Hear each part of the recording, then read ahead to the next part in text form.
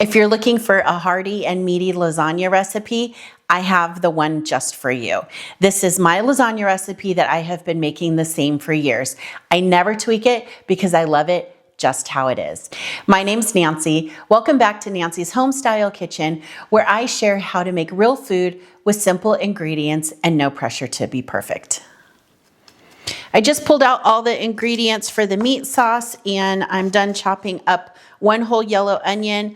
I have 2 cloves of garlic that I've peeled, and we'll go ahead, head over to the stove, and I'm gonna show you how I put together the meat sauce. So my Dutch oven, I'm gonna turn it to a medium-high heat, and I'm going to add 2 tablespoons of olive oil. And I just eyeball it. It's just olive oil. And to this, we're gonna add the chopped up yellow onion.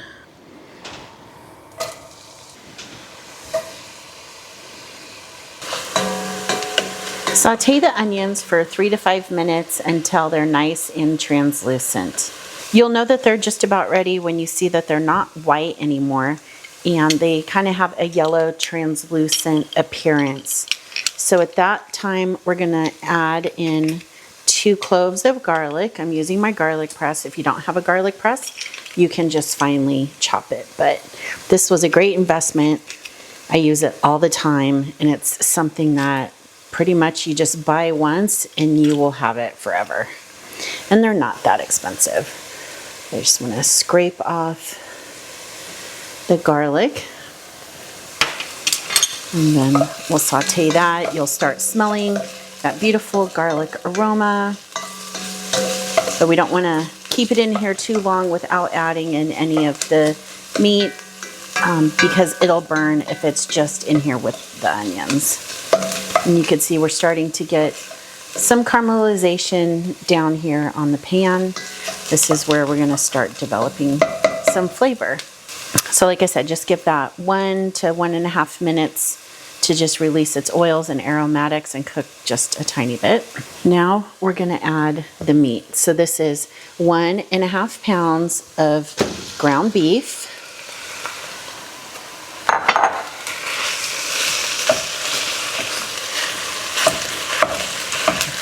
I'm just gonna give it a quick chop with my food chopper before I add in the Italian sausage.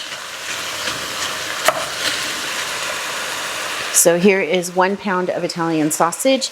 You can use mild or hot, or they have sweet. You could use whatever you like. This is just a mild Italian sausage.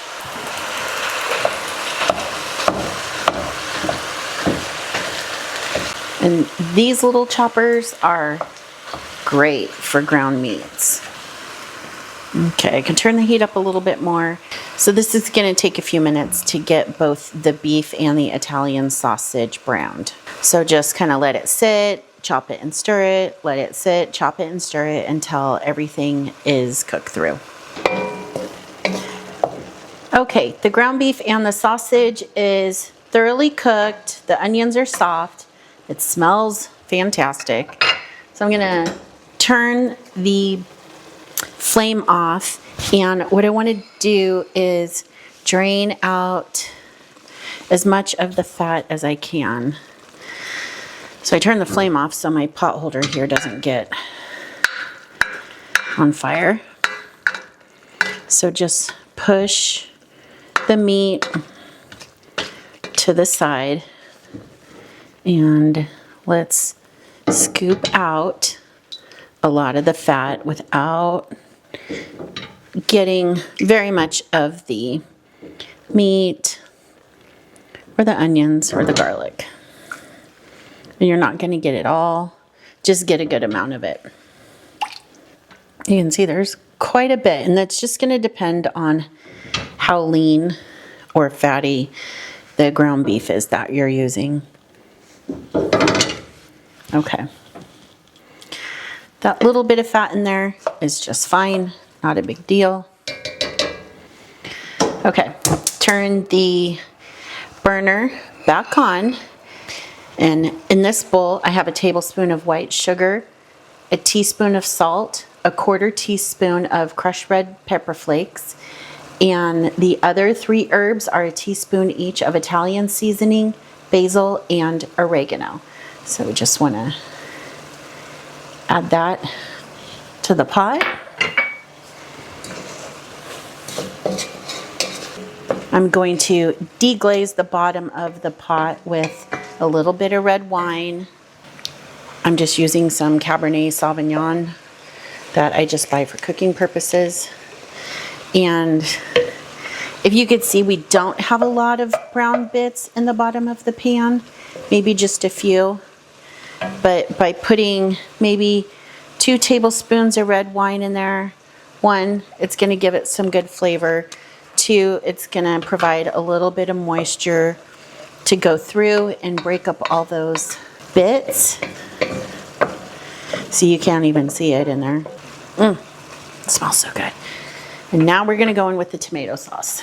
So I have 2 28-ounce cans of crushed tomatoes. You can use whatever brand you like.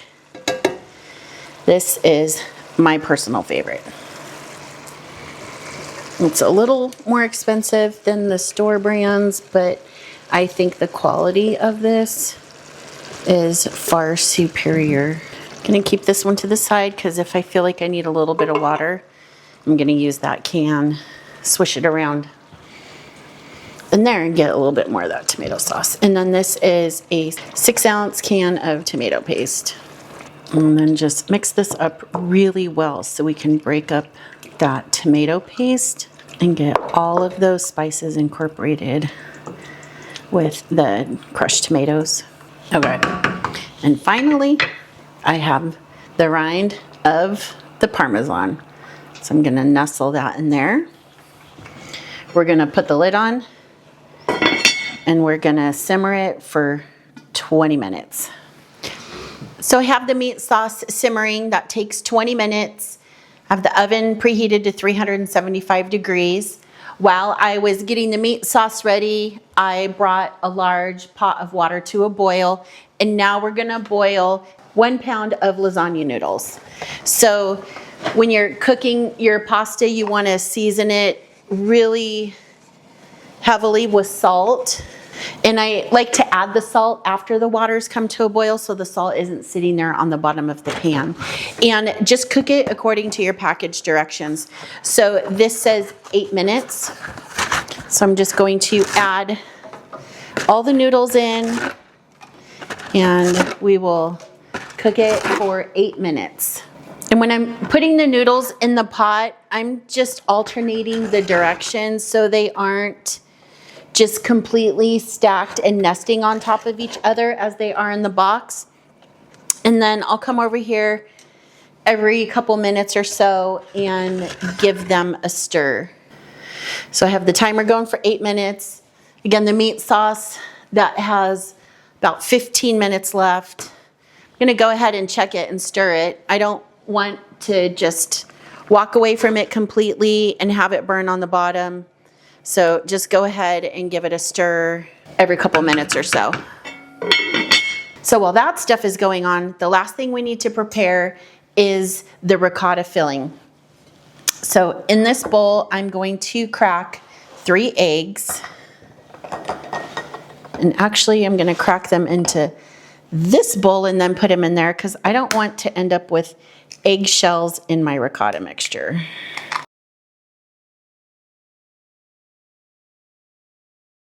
Three eggs. And then we'll whisk these up just to break up the yolks and incorporate it into the whites a little bit. You don't need to do too much. To the beaten eggs, we're gonna add a 32-ounce or 2-pound container of ricotta cheese. So just put that whole thing in there. We're going to add 1 cup of freshly grated Parmesan cheese. As you can see, I have a bit extra Parmesan cheese, so the rind that I just put into the meat sauce that had a little bit of Parmesan cheese left on it, so I went ahead and grated it for this recipe because it calls for a cup of Parmesan cheese, and I have a little bit extra. But it's amazing, in that rind It only looked like it may have had that much cheese left before it got to the rind, but it sure made a lot when I microplaned it and shredded it really fine for the recipe. So, and the rind just helps impart like a really nice Parmesan flavor into the sauce while it's cooking. It's one of my favorite little things to do to kind of set your sauce apart from someone else's.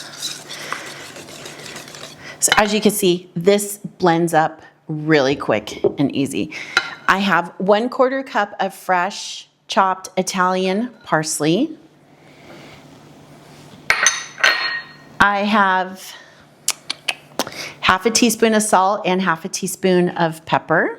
And then finally, we need 1/4 teaspoon of nutmeg. You can use the nutmeg in the little spice containers, but I like fresh nutmeg if I don't drop it into the bowl and I don't grate my knuckles.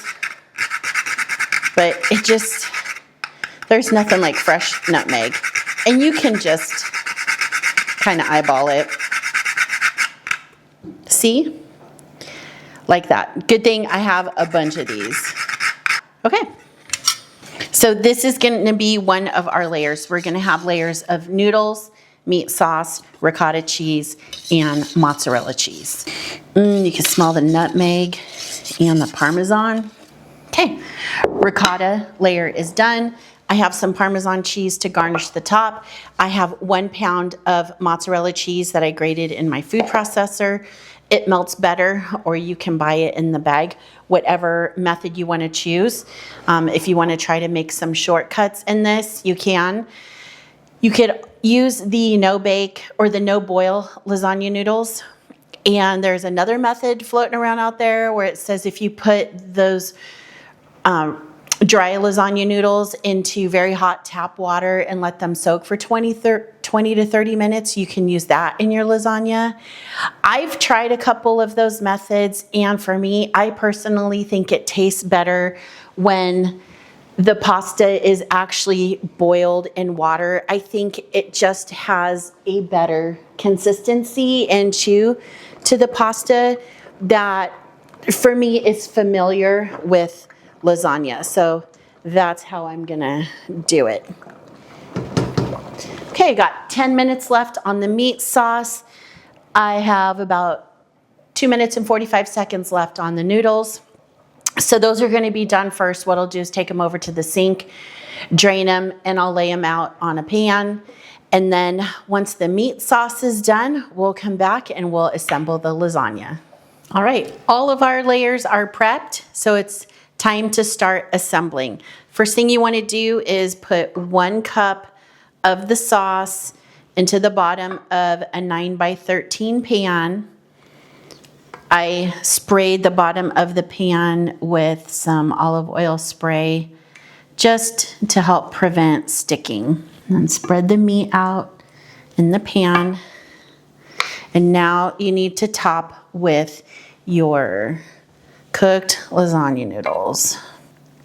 So I just put these onto a sheet pan and I did a light spray of olive oil spray between the layers so they don't stick to each other, because once they come out of that water, they're drained, they are really sticky.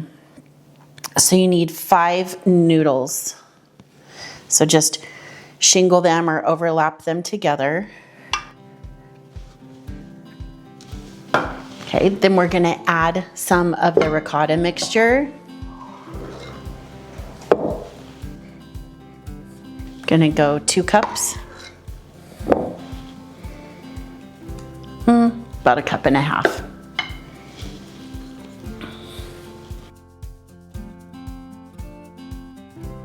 Then here is our mozzarella cheese. I'm just gonna do a light sprinkle of cheese. I would say that's about 1/2 cup of cheese. Then we are going to add more sauce.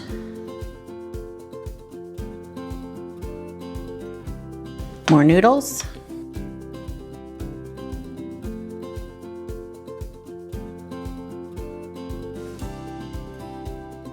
Okay, more of that ricotta.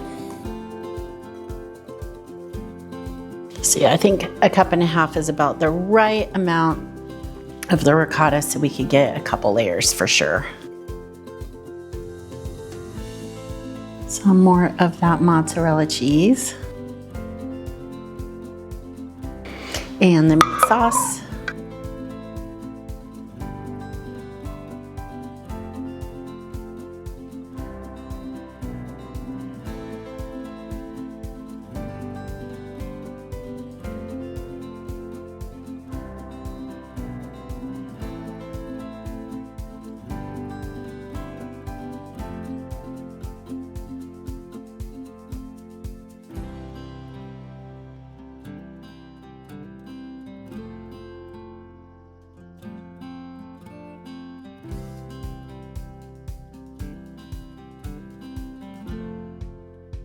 Finish with some more mozzarella and the rest of that Parmesan. This way you get a nice cheesy top finish on the lasagna, and it usually gets a little crispy around the corners. That's my favorite part. And then here is, it's probably about a third a cup of Parmesan cheese, and you could just see how light that is. That microplane just makes it so fine, just like powdery snow. So here is our layered lasagna. Now I'm just gonna take a piece of foil, lightly spray it with some olive oil spray, cover the lasagna because I don't want the cheese to stick to it. I'm gonna set this on a cookie sheet and pop it in the 375-degree oven, bake it for 30 minutes, and then I'll remove the foil and bake it for another 10 to 15 minutes until it's nice and golden brown.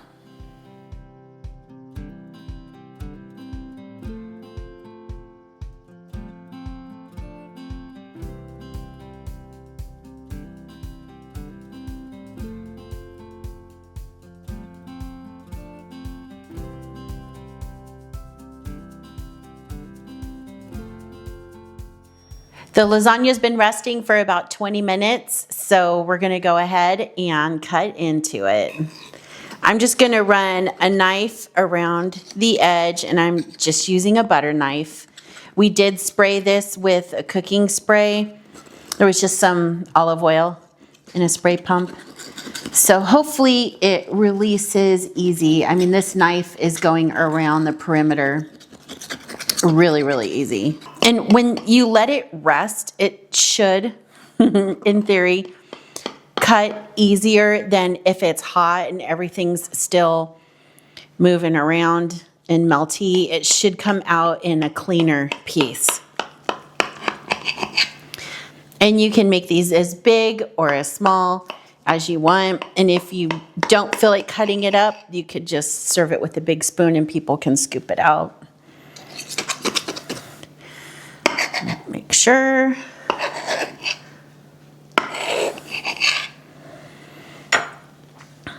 Okay, moment of truth.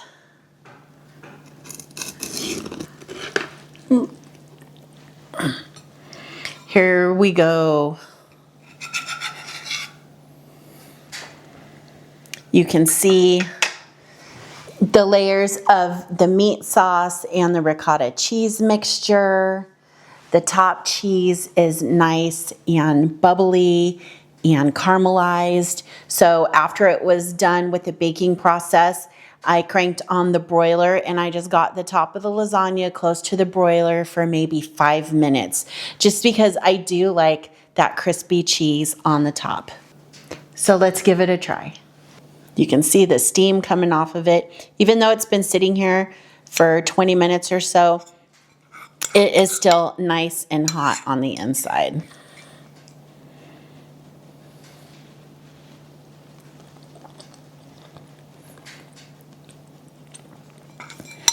It is so good.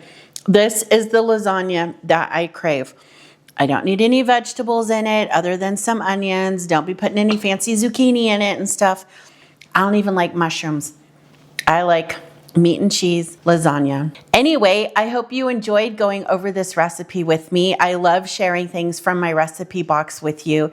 If you like this type of content, please like and subscribe.